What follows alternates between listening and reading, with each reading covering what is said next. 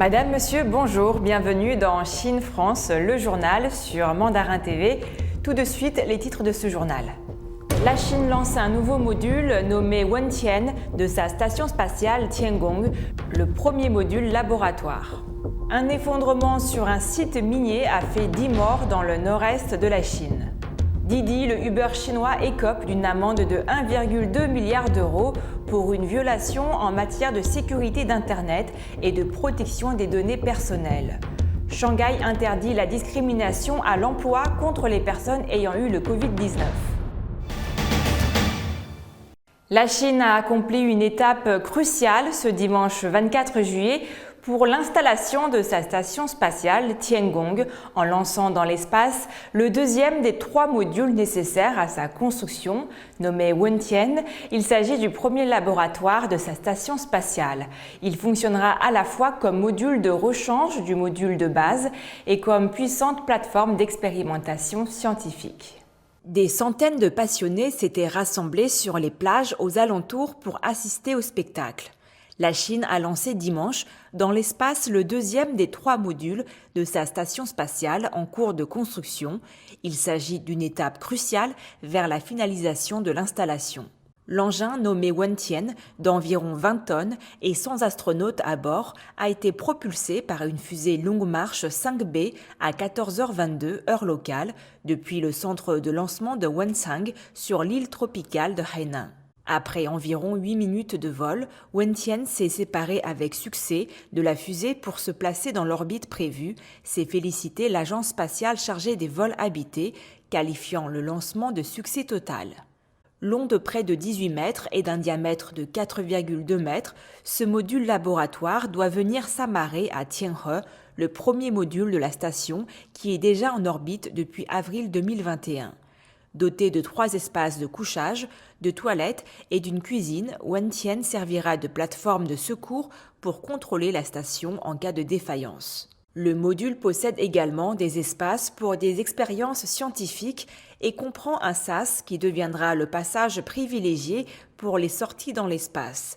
L'opération d'amarrage représente un défi pour l'équipage car elle nécessite plusieurs manipulations successives de haute précision, notamment avec un bras robotisé. Nommé en chinois Tiangong, mais également connu par son acronyme CSS pour Chinese Space Station en anglais, la station spatiale chinoise devrait être pleinement opérationnelle d'ici la fin de l'année. Après Wentian ce week-end, les 3 astronautes de la mission Shenzhou 14, actuellement dans la station spatiale, y accueilleront en octobre le 3e et dernier module, Mengtian. La station aura sa forme finale en forme de T.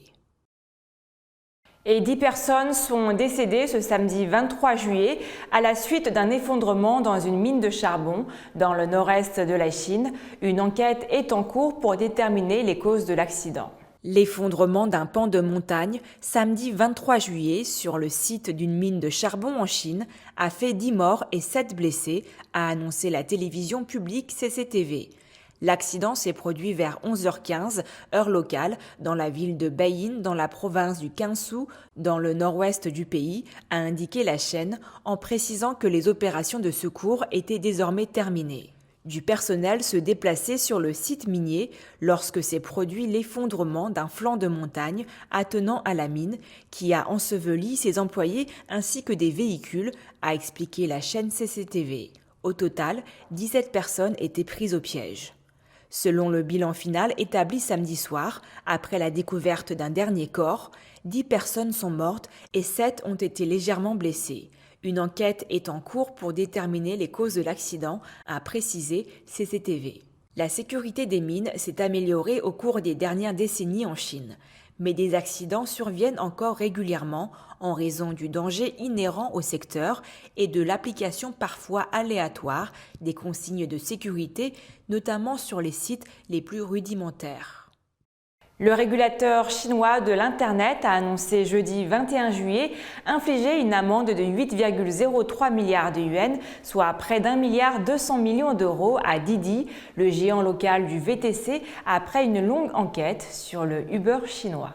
Dans son communiqué, l'administration chinoise du cyberespace motive sa décision par des preuves incontestables que l'entreprise a violé la loi chinoise, notamment en matière de sécurité d'Internet et de protection des données personnelles. Le montant de l'amende représente plus de 4% du chiffre d'affaires annuel de Didi en 2021.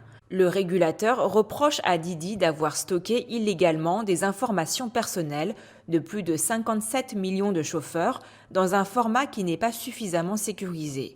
L'entreprise de VTC est également condamnée pour avoir analysé les données de passagers à leur insu, dont des photos présentes dans leur téléphone portable.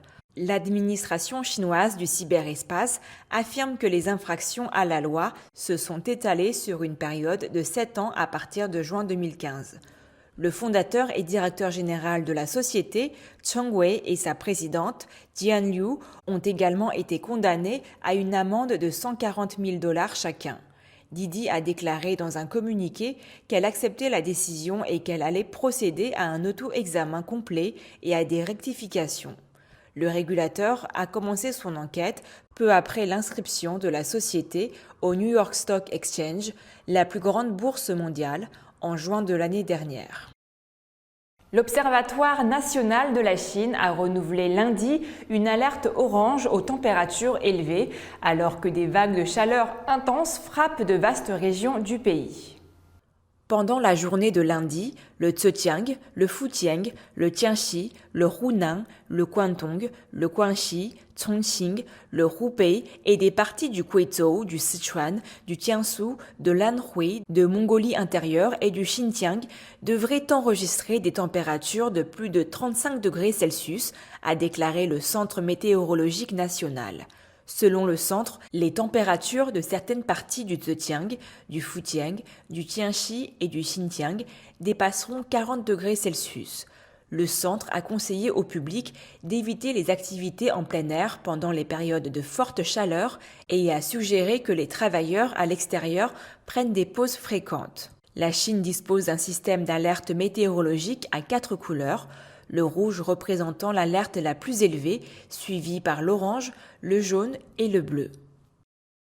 Jeudi 21 juillet, l'Assemblée populaire municipale de Shanghai a adopté une décision interdisant aux employeurs de mettre fin au contrat des personnes ayant contracté une maladie infectieuse ou de les discriminer à l'embauche. Shanghai a également réduit la durée au cours de laquelle il est possible de vérifier le bilan des tests par acide nucléique d'une personne de 2 mois à 15 jours. Ces décisions ont été prises après que des médias ont rapporté que certaines personnes qui avaient contracté le Covid-19 s'étaient retrouvées sans emploi et sans domicile fixe pendant plus d'1 mois à Shanghai. La décision de l'Assemblée populaire municipale de Shanghai stipule également que les cours de justice et les organisations en charge de résoudre les litiges de travail doivent traiter les différends impliquant le Covid-19 de façon rapide et en accord avec la loi. Alors que le gouvernement central de Chine a prôné de façon continue l'équité de traitement des patients guéris du Covid-19 et exigé des gouvernements locaux qu'ils évitent de prendre des mesures trop généralistes, de plus en plus de personnes qui s'étaient retrouvées dans ce genre de situation ont pu récemment bénéficier d'une aide, trouver un emploi ou retourner dans leur ville d'origine. Dans un effort pour réduire ce genre de discrimination, Shanghai a réduit la période au cours de laquelle il est possible de vérifier le bilan des tests par acide nucléique d'une personne de 2 mois à 15 jours. Shanghai a enregistré au total plus de 620 000 infections par le Covid-19 au cours de la dernière vague épidémique. C'est la fin de votre émission, merci à tous de l'avoir suivi et n'oubliez pas de vous abonner à notre chaîne YouTube et d'activer la petite clochette de notification pour ne rien rater.